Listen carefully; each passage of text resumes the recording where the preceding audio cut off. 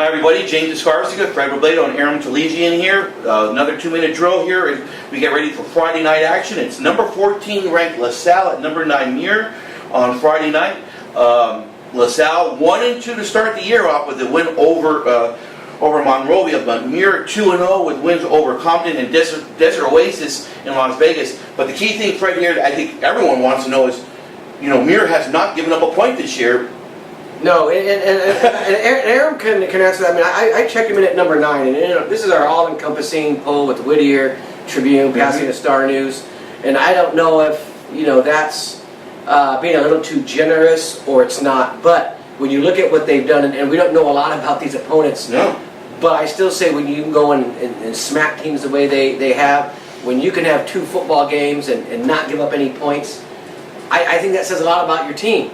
And I think these next 2 weeks for me are starting with, and they're both at home. You're talking about Salle this week to close out non-league, and then hosting Arcadia, who may be one of the favorites to win the Pacific League. These are the next 2 weeks for Muir, and I think if they can beat Salle or play this game really close, because they got smacked, they got beat up pretty good last year, Aram, and I think for a proud program like Muir, that had to be kind of embarrassing.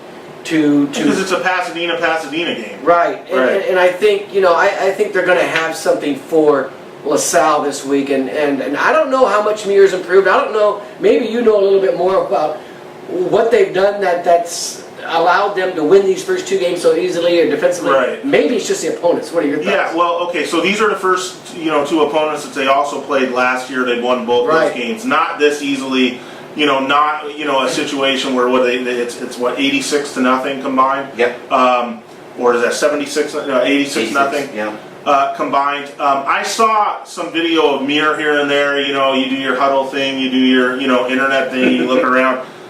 I'll tell you what, physically, they're about as physically gifted, looks-wise, as the team that went to the semifinals in 2013. Really?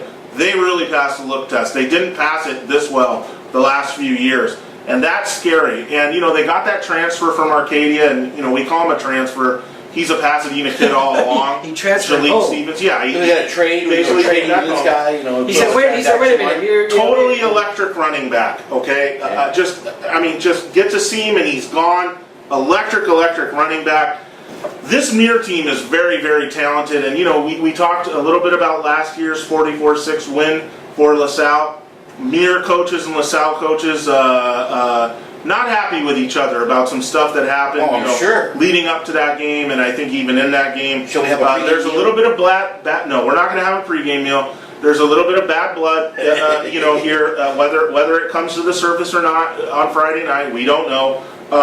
But this looks like a real good spot for Muir to make a statement. And I know it's, I don't want to say it's only Salle to downplay Salle, but Muir needs to get all the street cred it can get in the Pasadena area, and the best 2 ways to do that are beating 2 Pasadena schools in back-to-back weeks. Those would be Salle and Arcadia, which is also a Pasadena school. No question. Yeah. Hey, didn't anyone get that? Like, I thought you guys would get a chuckle. I would get a chuckle out of calling Arcadia a Pasadena school. You said Pasadena Star News, but you're talking about the talent from Pasadena to Arcadia. I'm talking about the roster. I'm talking about hometowns. We're just strangely guys. Those are Arcadia kids there, born and raised. Hey, I love the Arcadia kids too. I mean, your boy Montez's going to start for Salle again Friday night, huh? Yeah, he's that's the Snoop Dogg prodigy, I like to call him. I'm excited to see that kid. And see him against athletes. Look, for me, the bottom line is, I think, John Muir. This is a team. I've always said the Star News area.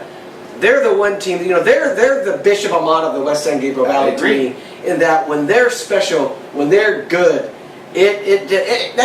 that whole Muir alumni will come out. If you ever been to the Turkey Tussle games, you go to Muir games all year when they're struggling, you may see 80, 100 people in the stands. You go to the Turkey Tussle games, there's 5,000, 6,000. They start winning. They start getting hot. That neighborhood shows up and gets behind them. It's not just the Muir alumni. It's even the people that sent their kids elsewhere start to come to Muir games.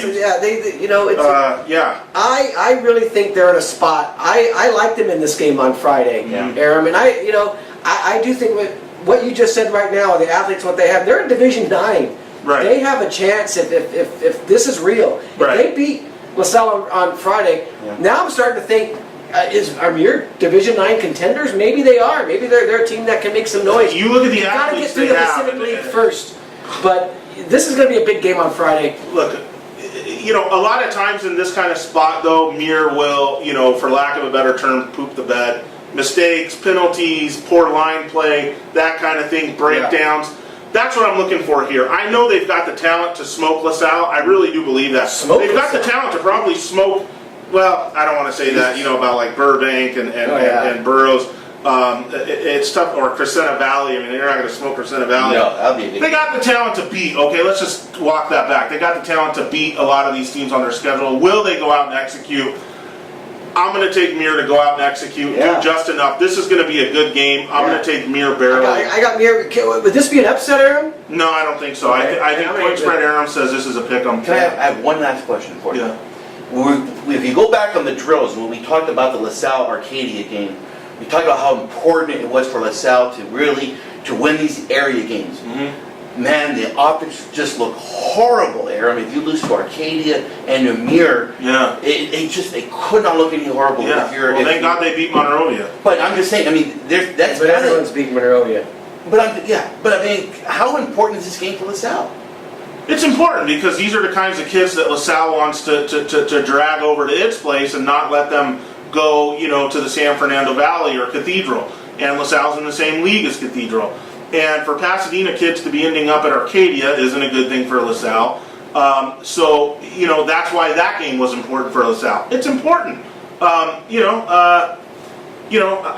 don't know that there's, you know, anything that you know, that they can do, you know, other than, you know, go out and try and win a game like this and just say, hey, why would you want to go there when you can come here? And that goes back to the bad blood that we talked about toward the end of that game. You know, there are a lot of Muir people saying that, you know, Muir kids were, you know, or I don't want to say Muir people, but there were people that were saying, you know, Muir kids after last year's game were considering transferring to LaSalle in the middle of the season. Now that's just funny stuff that you hear after a game that's maybe said out of frustration, but this is what we're talking about. Yeah. There is influence in these games. Do the good athletes in the Pasadena area want to go to Arcadia? Do they want to go to Muir? Do they want to go to Alamany? Do they want to go to LaSalle? Do they want to go to Cathedral? That's what makes these games, like you said, optics-wise, very important.